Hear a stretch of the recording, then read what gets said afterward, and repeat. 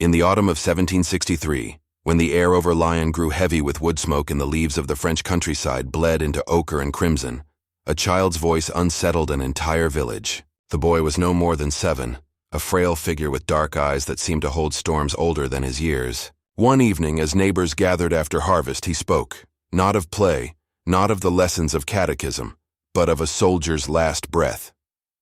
He recited a name none had taught him, a name that belonged to a man slain on a battlefield long before the boy was born. His small hands trembled as if feeling the weight of a musket that never touched his fingers. His parents silenced him with a sharp look, believing him cursed with a child's fever dreams. Yet whispers spread. Children invent games, yes, but do they invent the dead? The unease deepened days later. The boy awoke from sleep screaming of fire.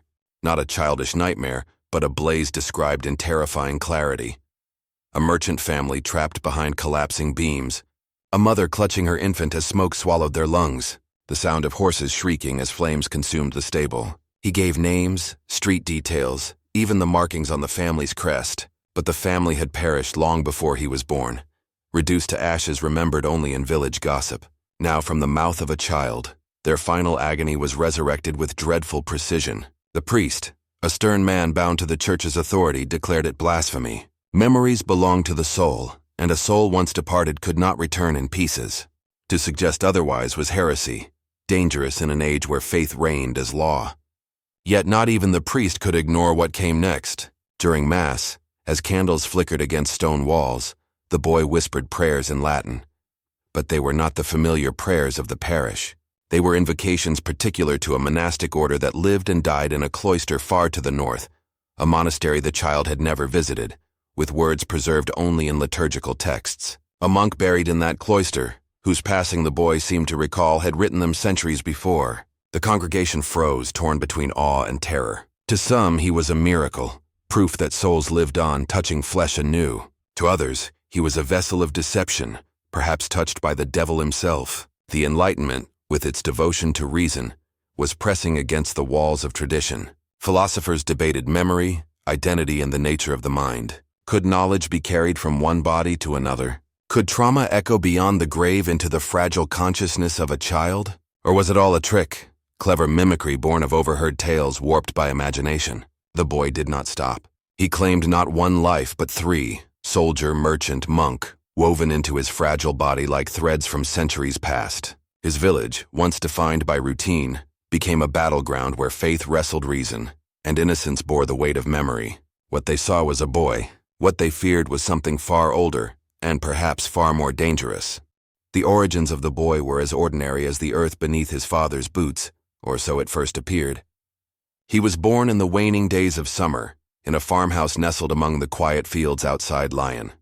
The family, though humble, carried the dignity of survival. They had endured the wars that scarred France in the mid-18th century, when borders shifted and soldiers trampled harvests under iron. His father tilled the soil with roughened hands that told of years bent under sun and frost. His mother tended hearth and child alike, her voice soft but steady, the anchor of the home. To the neighbors, theirs was a simple family, no different from the dozens who worked the land, bartering wheat for salt, wood for cloth. Yet within this ordinary household, an extraordinary child was growing. A child who would defy every law of nature they believed governed life and death. From his earliest nights, the boy's sleep was anything but peaceful. His parents would lie awake in the next room, listening to the creak of timbers and the rush of his breathing. At first it seemed like common night terrors, the fevered cries of a restless child. But soon his dreams took on a darker, stranger quality. He spoke names in the black hours before dawn, names his parents did not know, names no one in their family had ever carried. Sometimes it was a whisper, trembling like frost across glass. Other nights it was a wail, anguished and desperate, as though he were calling out to a mother who had died centuries before. His tiny fists clutched the sheets, his forehead beaded with sweat, and his lips shaped words of battles, fires, and prayers no child had ever been taught. His mother would cradle him, soothing him back into silence, but fear grew in her heart. How could a boy born of her body speak in the tongue of strangers? By the time he could walk, villagers had already begun to notice the oddness. While other children stumbled in games of chase, he stood apart, gazing into the distance as though the horizon held secrets only he could see. He would point to hills beyond the fields, and mutter descriptions of roads and rivers as if he had traveled them. Though he had never left the village, once he tugged at a neighbor's sleeve and described a chapel, its windows tall and arched, its bells cracked from years of tolling. The neighbor stiffened. That chapel stood miles away, abandoned since the last war, a ruin the boy could not have known. Word spread quickly, as it always does in villages where nothing remains secret for long.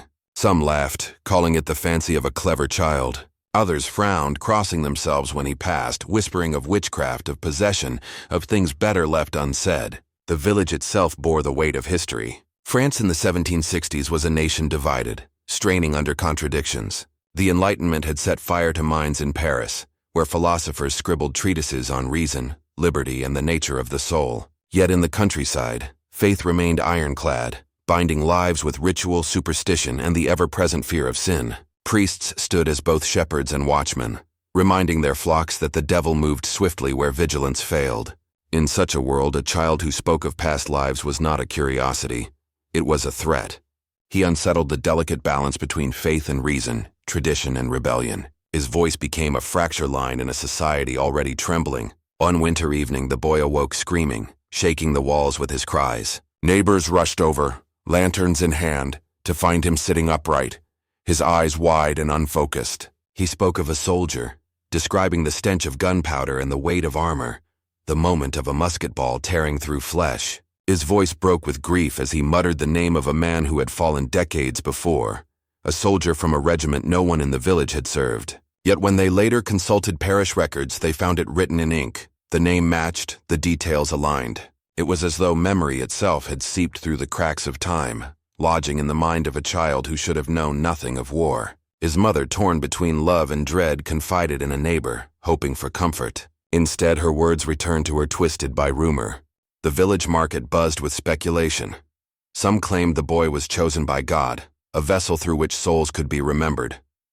Others whispered darker theories, that his soul was fractured, caught between bodies, perhaps condemned. Women clutched their rosaries when he passed, muttering prayers to guard their own children from his touch. A few even refused to let their little ones play near him, fearing the strangeness might spread like sickness. His father, a man of soil and sweat, grew silent under the weight of it all, his pride clashing with helplessness. He could not shield his son from what people saw, nor from what his son could not stop remembering. Rationalists, though rare in such a rural place, offered their own explanations. A passing traveler, a scholar who had read Voltaire and Diderot, suggested the boy had overheard tales from soldiers or pilgrims, weaving them into dreams. Children, he said, are sponges of imagination, absorbing fragments and turning them into stories. But this explanation carried little comfort. The villagers knew the boy's words went beyond common gossip. He spoke of crests etched into stone, of family lines extinguished, of prayers whispered by monks in dialects long faded. These were not tales told over wine at the tavern. They were memories, too precise, too heavy, to be dismissed as fancy. As the months passed, pressure mounted. The priest could no longer ignore the murmurings. He summoned the family after Mass, the church cold with the smell of wax and stone. His voice was sharp, his words final. He warned them that the boy's utterances, however innocent, were dangerous. In times such as these, when heresy could poison a community, even the suggestion of blasphemy could bring ruin. Your child, he said, must learn silence. The devil speaks through many mouths, and even innocence can be his disguise. He urged them to keep the boy away from public gatherings, to stifle his stories before they spread further. His gaze lingered on the child, not with kindness but with suspicion, as though weighing the balance of salvation and damnation. The family returned home, the weight of the warning pressing heavy upon them. The boy sat quietly by the fire, his eyes distant, as though hearing voices no one else could hear. Outside, the village carried on with the rhythm of life, fields to plow, bread to bake, prayers to recite. But beneath it all, the tension remained. For every whispered explanation, for every rational dismissal, there lingered a deeper fear. What if the boy's memories were not madness? What if they were true? And if they were, what did it mean for the rest of them, bound to lives they believed singular and final? Thus began the quiet imprisonment of a child who had seen too much. His origins were simple, his family unremarkable, his village no different from countless others. Yet within him flickered something vast and unexplainable, a shadow stretching across centuries. He was born in one time yet lived in several. His voice carried the weight of soldiers, merchants, and monks. His life was ordinary, yet already it bore the curse, or perhaps the gift, of many lives lived before. The villagers could not decide whether to fear him or to worship him. The priest demanded silence, the rationalist demanded proof, and the child himself, caught in between, could only continue to remember. The silence did not erase the whispers. Instead, it deepened them. And as the boy grew, the question only sharpened. Was he a vessel of divine mystery, a victim of fractured memory, or something darker, a bridge between the living and the dead? The boy's earliest years were unsettling, but it was in the winter of 1764, just before his 8th birthday, that the whispers took shape into something undeniable. Until then, his strange dreams and names had been dismissed by some as the harmless mutterings of a child. But the words soon grew heavier, rooted in details no child of his age or station should know. What began as murmurs in his sleep evolved into declarations spoken with clarity, as though memory itself surged through him, demanding to be heard. One evening, as the snow pressed against the farmhouse windows, and the wind carried the howl of wolves from the hills, the boy sat at the fire with his parents. His small hands toyed with a piece of wood, carving grooves with a dull blade his father had given him. Without warning, he dropped the blade, clutching his chest, his face contorted, his breath shallow, and he gasped out words that froze his parents where they sat. "The musket tore me here." He pressed his palm against his ribs, describing the tearing fire of a shot, the way blood had filled his lungs, the stink of powder choking the air. His voice was raw, his eyes blank as if staring through his parents, past them, into a memory not his own. When the fit passed, he slumped, exhausted, whispering the name of a soldier. The name was unfamiliar to the village, but not to history. When his father later mentioned it at the tavern, an old veteran recalled the tale of a regiment massacred near the Rhine decades before. Among the names of the fallen was the very one the boy had spoken. The details, the wound, the place, the regiment, matched. Word spread quickly, carried from hearth to hearth until the entire village murmured of the farmer's son who claimed to remember how he died before he was born. Not long after, another episode struck. This time, in the stillness of early morning, the boy jolted awake, coughing violently as if suffocated by smoke. He screamed for water, his eyes wild with terror. Between gasps, he described a house collapsing in flames, a family trapped inside, the sound of wood splitting, the stench of flesh and soot. He wept openly, speaking of being a young boy in another life, the son of a merchant, caught in the inferno of his own home. He spoke of his parents' frantic cries, of clawing at a shutter that would not open. His own hands bled from the force with which he tore at the bedsheets, as though the fire still consumed him. His mother tried to soothe him, but he would not calm until he had finished, whispering the word ash again and again until his voice gave out. Neighbors who heard the commotion arrived, their lanterns glowing against the frost. They gathered in the kitchen, watching as the boy sat pale and trembling, unable to explain why he remembered such horrors. Someone muttered that no child could invent such things. Another hissed that the devil had seized his tongue. When pressed, the boy named the town where it happened, a place he had never visited, several days' journey away. A merchant among them swore he had once heard of a family there who had perished in a fire, the details aligning too closely for comfort. The villagers began to divide. Some believed the boy was touched by God, a vessel through which forgotten souls sought remembrance. Others spat at the ground when he passed, convinced that he carried something unholy within him. Mothers tugged their children closer, warning them not to play near him. And yet curiosity gnawed at their fear. By candlelight they crept to his home, gathering in small groups to hear his stories. They sat in silence as he described the agony of dying as a soldier, the terror of burning alive, the solitude of a monk who had prayed in Latin until the moment of his last breath. Each tale left them unsettled, caught between awe and dread. It was the Latin that most disturbed the priest. For one night, as the boy lay feverish, he murmured prayers no one had taught him, phrases in the sacred tongue, spoken with the cadence of one trained in cloistered ritual. He recited verses with precision, naming saints and quoting passages beyond the reach of a child who had never set foot in school. His father swore he had never heard such words under his own roof. His mother trembled, clutching her rosary so tightly that the beads dug into her palms. The priest himself was summoned, and when he entered the farmhouse, the boy's lips moved with the rhythm of chants once sung in monasteries far away. The sound carried through the room, echoing like voices of the dead. The priest crossed himself, muttering that the devil could mimic holiness as easily as blasphemy. Yet even he could not explain how the child knew words never spoken in his presence, Rationalists offered their dismissals. Perhaps the boy had overheard travelers, soldiers returning from wars, monks whispering in Latin. Perhaps he had absorbed fragments of stories and reshaped them in feverish dreams. But the villagers countered, how could he know such intimate details? How could he name men buried decades before, places he had never seen, prayers he had never been taught? The rational explanations, though comforting to some, felt hollow against the weight of his testimony. By 1765, the whispers had spread beyond the village. Pilgrims passing through carried tales to nearby towns. Merchants repeated the story at markets, embellishing it with each telling. Soon scholars in Lyon heard of the boy, curious to examine him. Some arrived with notebooks, asking him questions as though he were a living puzzle. Priests came as well, testing his knowledge of scripture, searching for heresy or hidden meaning. The boy, weary and bewildered, answered in fits, sometimes clear, sometimes confused. At times he seemed to embody the lives he described. At others he broke down, sobbing as though crushed under memories too heavy for his small frame. The fascination grew into obsession. Some believed the boy was proof of rebirth, a soul crossing the boundaries of death. Others insisted he was a fraud, coached by his parents or corrupted by spirits. Heated debates broke out in taverns and churches alike, drawing lines between faith and reason. Was he blessed or cursed? A miracle or a monster?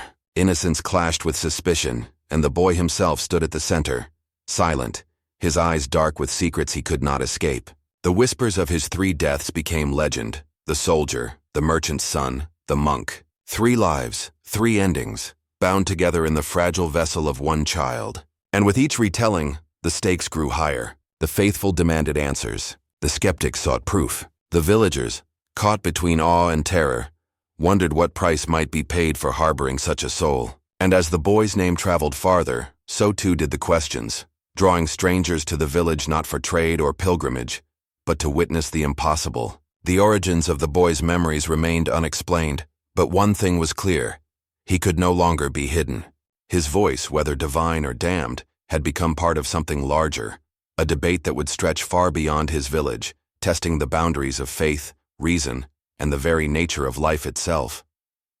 By the final decades of the 18th century, the strange case of the boy from Lyon had moved far beyond the boundaries of his small farming village. His words, his visions, and his inexplicable knowledge had spread across France, whispered in taverns, argued in seminaries, and dissected in salons where Enlightenment thinkers debated the nature of truth itself. He was no longer merely a curiosity for neighbors. He had become a battleground, his very existence a stage on which science and superstition waged war. The Enlightenment promised reason above all, the torch of logic piercing through centuries of ignorance and shadow. Physicians, philosophers, and skeptics prided themselves on stripping away superstition, replacing miracle with mechanism, faith with fact. To them, the boy's story was not proof of reincarnation or divine mystery, but a challenge to unravel. They saw him as a case study, a puzzle of the mind, perhaps even a fraud to be exposed. To the faithful, however, his words were dangerous, blasphemous, perhaps even holy.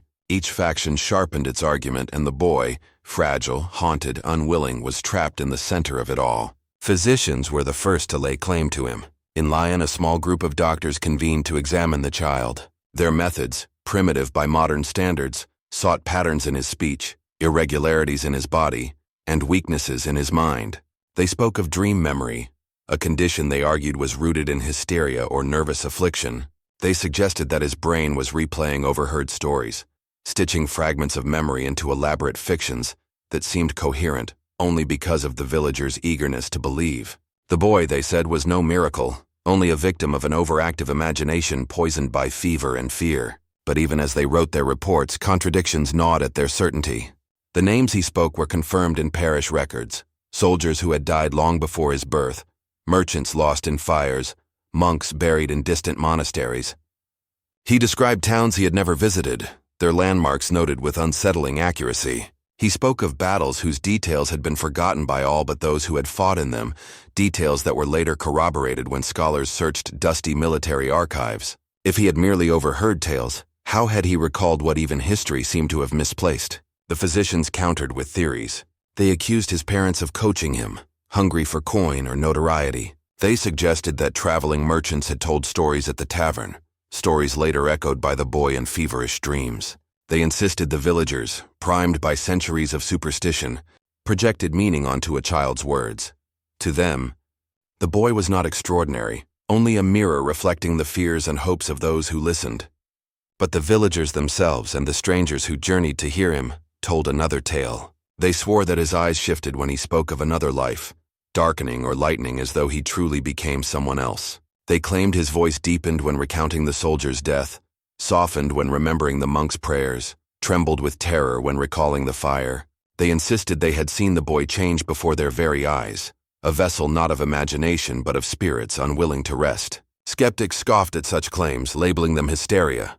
They argued that entire communities could convince themselves of falsehoods, that fear was contagious, that suggestion was stronger than truth. But even skeptics admitted unease when faced with the boy's knowledge of records no villager had ever seen. Rational explanations faltered, and the debate grew louder, harsher, more desperate. Priests demanded action.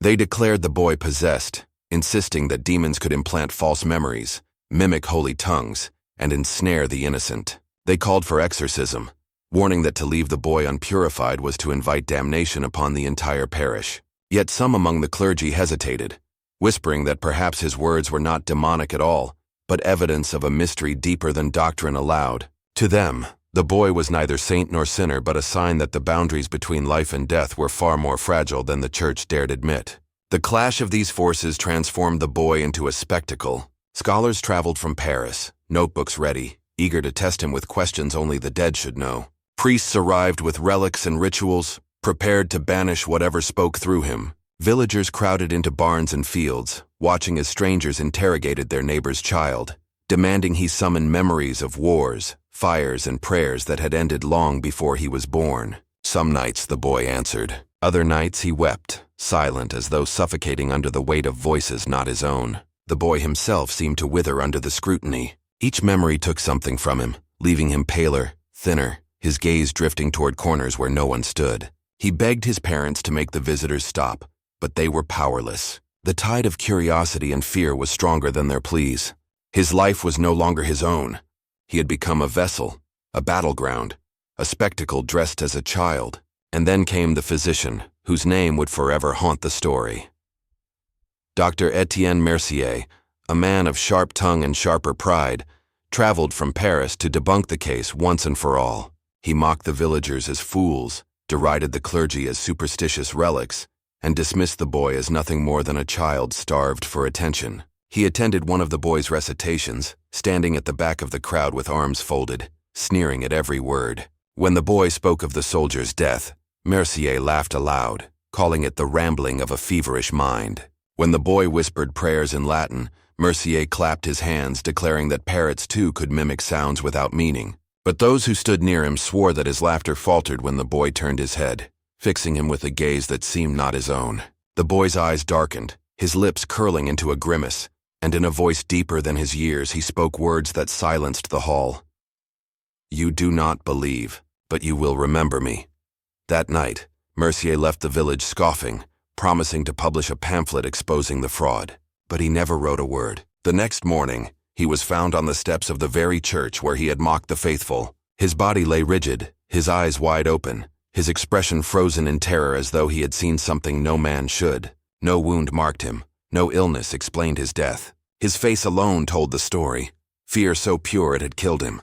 The villagers whispered of consequence, of the boy's curse, of spirits striking down those who denied their existence. Rationalists insisted it was coincidence, a sudden seizure, a trick of fate. But the image of Mercier's face, etched in dread, lips parted in a final scream, could not be dismissed so easily. For many it was proof that the boy was no fraud, that something larger, darker, older than reason lingered in his words. For others it was only fuel for the fire of hysteria, another story twisted by fear. Science sought to silence superstition, to replace mystery with explanation. But the boy defied both. He was a riddle neither side could solve. A child whose memories belonged to lives he should never have known. To the Enlightenment he was an anomaly. To the faithful a sign. To his parents, a son slipping further away with each word spoken. And to history, he became something far more enduring. A reminder that reason and faith, though forever at war, both tremble when faced with the unknown. Stories are fragile things. They can be bent, broken, reshaped, exaggerated, and forgotten. Yet when dozens of voices, spread across decades, speak with unsettling consistency, a different weight presses in, something heavier than rumor, something that refuses to fade no matter how reason claws at it. Such was the case with the boy of Lyon. His words did not end with his childhood. They echoed, repeated, retold, woven into the lives of those who swore they had stood in his presence. Eyewitnesses carried their accounts like burdens, offering fragments that, when pieced together, painted a tapestry of the impossible. Some claimed he revealed truths that soothed them. Others swore he cursed them to sleepless nights. What is certain is that he left behind a trail of voices, testimonies that blurred the line between psychology and haunting, between memory and visitation. The first testimonies emerged when the boy was scarcely 10 years old. Villagers who had grown accustomed to his strange utterances began to notice something disturbing. He not only recounted the lives of the dead in detail, but sometimes recognized strangers with uncanny precision. One account, preserved in a parish ledger, described a traveling hunter who arrived in the village one autumn evening. He had never met the boy before, nor spoken of his family, but when he crossed paths with the child near the churchyard, the boy stopped in his tracks. His gaze sharpened, and in a voice that trembled between his own and another's, he said, "You carry his knife." It was buried in his hand. The hunter froze, startled, before stammering that the boy was mistaken. Yet, when pressed by the priest, the man admitted the truth. His brother had been killed in battle years before, a musket ball piercing his chest. The family had buried him with the hunting knife he cherished, a detail never shared beyond their household. The boy described the wound in chilling accuracy, even recounting how the soldier had fallen clutching his side, whispering his brother's name with his last breath.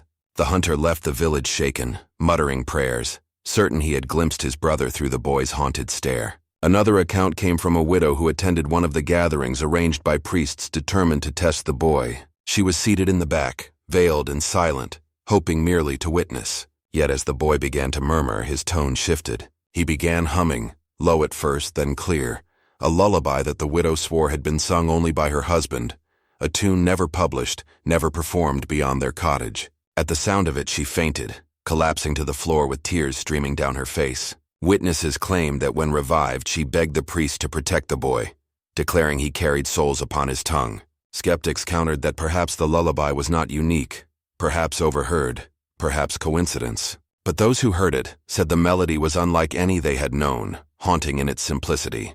And the widow never again spoke of it without trembling. These were not isolated cases. Scholars who traveled from Paris documented encounter after encounter, each one pressing harder against the walls of probability. A merchant swore the boy described the pattern of a scar hidden beneath his collar. A nun testified that the boy spoke in perfect chant, in a dialect of Latin that had fallen out of use decades earlier. A mason claimed the boy revealed the exact location of a collapsed crypt, long buried under stone. These stories piled like stones upon a cairn, heavy with implication. Yet skeptics remained steadfast. They argued grief was fertile ground for manipulation. The hunter, the widow, the merchant, each longed for contact with the dead, and the boy's words gave them what they craved. In their desperation, skeptics said, they reshaped his phrases into prophecy, his mutterings into truth. It was not the boy channeling the dead.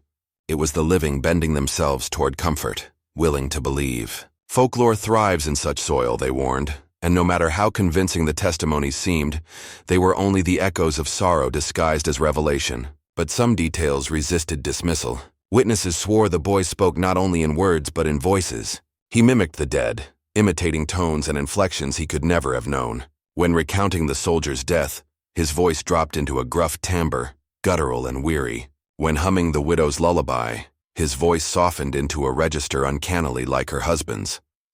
Villagers said listening to him was like standing at the threshold of a grave, hearing the dead whisper through thin earth. Skeptics argued this was merely talent. Children often mimic voices after all. But the precision, the familiarity that cut through strangers' hearts was harder to dismiss. Those who heard it firsthand often left pale, shaken, whispering that no mere child could summon such voices. The most chilling accounts came from those who claimed the boy not only recalled the past, but spoke of futures yet to unfold. A farmer reported that the boy warned him never to cross the river on a certain morning. He ignored the advice, laughing at superstition, only to be swept away when the ferry capsized. He survived, clinging to driftwood, but swore he heard the boy's voice echoing in the current. Another villager recounted the boy whispering of a fire that would take 3 cottages. Days later, lightning struck and flames devoured the homes exactly as described. Parish records contain notes of these predictions, though skeptics cautioned against embellishment. Perhaps the boy's warnings were vague, and villagers twisted them into accuracy only after tragedy struck. Memory is a fragile witness, bending under the weight of fear. Yet even skeptics admitted the consistency of such accounts was troubling. Too many voices, too many parallels. Coincidence alone strained credulity. Some testimonies turned darker still. A baker's wife claimed the boy's words cursed her. After he muttered of smoke that would follow her, she began waking each night to the scent of burning, though no fire was ever found. Her health waned, her sleep fractured, until she swore she saw shadows gathering at the edge of her bed. Others spoke of dreams infected by the boy's voice, nights where they awoke screaming, convinced they had heard the voices of their own dead whispering from corners. Whether these were manifestations of trauma or glimpses into something otherworldly remained bitterly debated.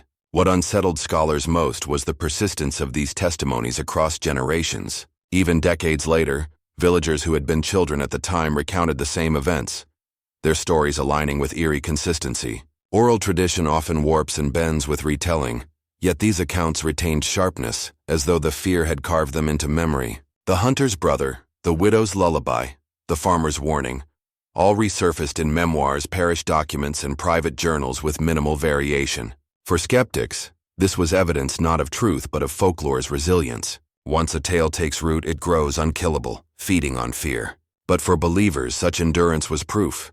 The boy had touched something real, something too powerful to fade. Paranormal investigators who revisited the case in later centuries often pointed to one recurring theme: mimicry. Again and again, testimonies returned to the boy's voices, his ability to slip into tones that belonged not to him but to the dead.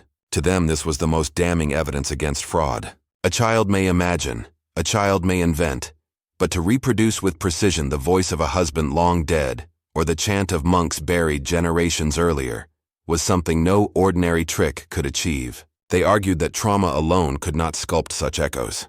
Something else bled through, whether spirit, memory, or curse, no one could agree. In the end, the eyewitness accounts did not resolve the mystery. They only deepened it. For every hunter convinced, there was a skeptic who scoffed. For every widow who wept, there was a scholar who dismissed her grief as delusion. For every prediction fulfilled, there was a counterclaim of coincidence. The testimonies became a hall of mirrors, each reflection warped by belief, fear, and doubt. Yet within that hall, one thing remained constant. Those who had heard the boy speak, truly speak, never forgot. Whether they left comforted or cursed, they carried his voice with them, as though the dead had reached across silence to whisper in their ear. The boy of Lion may have faded into history, his name lost, his face unrecorded, but the voices that surrounded him lingered in testimonies that refused to die. Each account, whether skeptic or believer, revealed not only the boy but the hunger of those who listened, the desperate yearning to connect with the past, the dead, the unseen. And perhaps that was the greatest truth of all. Whether projection, possession, or something beyond, the boy revealed the fragile edge of human perception, where grief and faith collide with reason. Eyewitnesses swore they had glimpsed truth. Skeptics swore they had glimpsed hysteria, but in the end, both sides stood haunted, unable to forget. The boy himself eventually vanished into history, his name erased, his family forgotten, his face never preserved in painting or sketch. Yet the theories he inspired did not vanish. They multiplied, mutating through the years, retold in whispers, in ink, in pulp pamphlets, and later, in the electric glow of television screens. Some called him fraud, others prophet. Some said he was a monster, others a saint. His life became less about the child he once was, and more about the questions he left behind. Questions that clawed their way through centuries of faith, reason, and imagination. And so the boy who spoke with 3 voices became something larger than himself. A mirror in which every age has seen its own fears, its own desires, its own truths. The earliest theory was perhaps the simplest: fraud. From the moment outsiders heard of the boy, suspicions followed. Rationalists of the Enlightenment were swift to argue that the family had coached him to repeat tales overheard from travelers. A peasant household could earn coin and attention by presenting their child as a wonder. These skeptics claimed the boy's scars, dreams, and eerie recitations were nothing but theater. In a France recovering from war and famine, Desperation could drive families to deception, and yet the fraud theory falters in the face of details. The lullaby no outsider should have known, the scars aligned with past wounds, the predictions whispered before tragedy. To dismiss it all as fabrication required believing not only that the boy lied, but that dozens of witnesses reshaped their memories to serve the lie. For some skeptics, this was still easier than entertaining the alternative. The second theory was more radical: reincarnation. Though foreign to Catholic doctrine, whispers of souls reborn had long haunted the edges of European folklore. The boy's story seemed to embody the very concept: a child carrying fragments of past lives within him. Scholars of later centuries would point out how striking this was, centuries before Eastern philosophies of rebirth gained foothold in the West. Could the boy have been the first Western case of documented reincarnation? Believers clung to the idea, seeing in his words proof that the soul could not be bound by one lifetime. His three memories, soldier, merchant son, monk, seemed to span not only lives but social classes, suggesting a cycle far beyond human hierarchy. Still, critics asked, why him? Why then? If souls returned, why did so few remember? Why did his voice alone fracture beneath the weight of the dead? The Church, of course, offered its own explanation: possession. To priests steeped in dogma, no innocent child could speak the prayers of monks long buried unless demons placed those words on his tongue. The boy was not blessed but cursed, a vessel of corruption sent to test the faithful. Exorcism was demanded, though accounts differ as to whether it was ever carried out. Some say the boy was subjected to rituals that left him trembling but unchanged, his voices persisting. Others claim the Church silenced his family, forbidding them from speaking of him again. What is undeniable is the erasure. Parish records from 1763 to 1766 are missing, an absence so deliberate it hums with suspicion. Was the Church protecting its flock from scandal, or hiding evidence it could not explain? The silence is its own testimony. Folklorists, meanwhile, seized upon the tale and reshaped it into legend.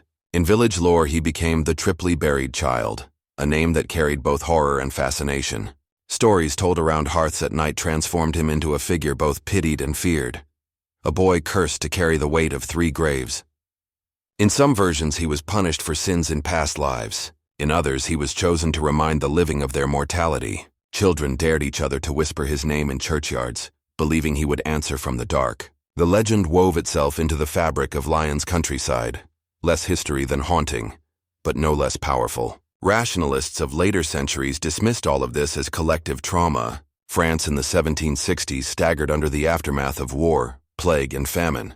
Death had touched every household, and grief sought expression in strange ways. The boy, they argued, was a blank canvas upon which villagers projected their sorrow. His mutterings were vague, his scars ordinary, his talents exaggerated. What truly spoke were the minds of the grieving, desperate to believe they had touched the dead once more. In this view, the boy was not a vessel of spirits but a vessel of longing, his myth a cultural balm against unbearable loss. Such explanations comfort the rational, but they also reduce a chilling story into nothing more than mass delusion. For believers, that dismissal is itself a kind of erasure. As centuries passed, the theories only multiplied. Spiritualists of the 19th century claimed the boy as proof of the afterlife, citing him in tracts alongside seances and table rapping. Psychologists of the early 20th century reinterpreted him as a case of dissociation, a child fractured by trauma into multiple selves. Anthropologists studied him as a product of folklore transmission, an oral tale that crystallized into myth. Each discipline bent him into its own shape, each age using him to confirm its own worldview. In modern times, the boy refuses to stay buried. His legend fuels ghost tours in Lyon, where guides whisper of a child who spoke with the voices of the dead. Documentaries present him as a lost case file, offering dramatizations that blend fact with speculation. Online forums debate him endlessly, believers citing reincarnation studies, skeptics dismissing every claim as hysteria. The story circulates like a restless spirit, never at peace, always demanding attention. The sharpest clue, however, remains the silence of the Church. Why are the records gone? Parish logs meticulously kept for decades suddenly fall silent for 3 years, precisely the years of the boy's rise. Such gaps are rare, often the mark of deliberate erasure. Did the Church fear scandal? Did it hide evidence of failed exorcisms? Or was there something darker, something so dangerous it could not be allowed to survive in ink? Conspiracy theorists argue the latter, pointing to other historical vanishings where the Church buried inconvenient truths. Skeptics counter that war, Incompetence or fire may have destroyed the records. Yet the absence is too pointed, too aligned with the boy's years to rest easily. Theories alone, however, cannot capture his true legacy. His story is not merely about fraud or faith, possession or projection. It is about humanity's hunger for answers, the desperate need to explain what resists explanation. Whether he was demon or prophet, trickster or victim, the boy became a vessel for fear and hope alike. He carried the dead into the living room, made grief speak aloud, forced reason and superstition to collide. His cultural legacy lies not in solving the mystery, but in preserving it, in reminding each generation that some questions refuse resolution, and so the boy of Lion lingers still. For some he is a cautionary tale about hysteria. For others he is proof of reincarnation. For the church he is a silence that must never be broken. For modern audiences he is entertainment, a ghost to be invoked on midnight tours or debated on screens. But beneath all the theories and all the retellings lies the same haunting question. What did he know, and how did he know it?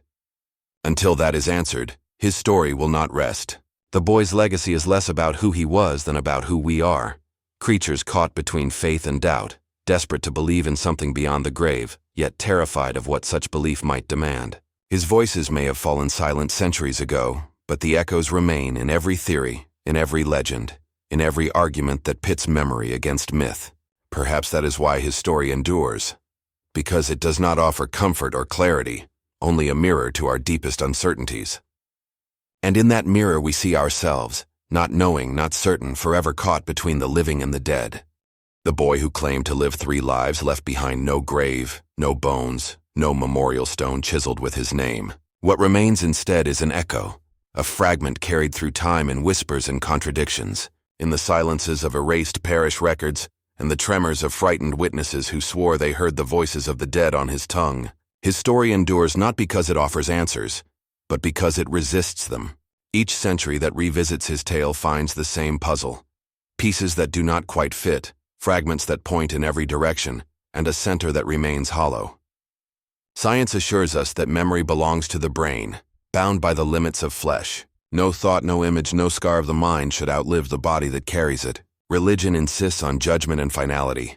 The soul lives once, dies once, and faces its eternal fate. Yet the boy's life stands in stark defiance of both laws. He recited prayers no child should know, bore scars of wounds never struck in his lifetime, and spoke with voices that seemed to belong to strangers long buried. Folklore fills the silence left by faith and reason alike, whispering that perhaps souls do not end, that trauma, desire, or unfinished business can tether the essence of a person to more than one life. Which of these can we accept, and which are we too afraid to believe? For skeptics, the boy was a gifted liar, or else a child whose words were twisted by desperate villagers hungry for wonder. For believers, he was proof of rebirth, a fleeting glimpse into the machinery of eternity. For priests, he was a warning, a possible vessel of corruption sent to confuse the faithful. Each interpretation reveals less about the boy himself than about those who judged him, what they feared, what they longed for, what they refused to see. In this way, his story has become a mirror, forcing each generation to confront its own shadows. And still, the most unsettling detail remains the silence of the church. Why are the parish logs missing for the exact years of his life? Was this the clumsy erasure of bureaucrats, or the deliberate burial of a truth too dangerous to be recorded? Silence is itself a choice, and here it looms louder than testimony. The boy remains suspended between these explanations: fraud, miracle, curse, or prophecy, an unresolved shadow etched into the margins of history. Perhaps the truth died with him, his voice is fading as the earth swallowed his body. Or perhaps it lingers still, waiting in the quiet hours to emerge in another voice, another child, another century. And if it does, will we be ready to listen, or will we silence it once again? The story leaves us with a question as heavy as it is haunting. How many times can one soul endure the weight of death?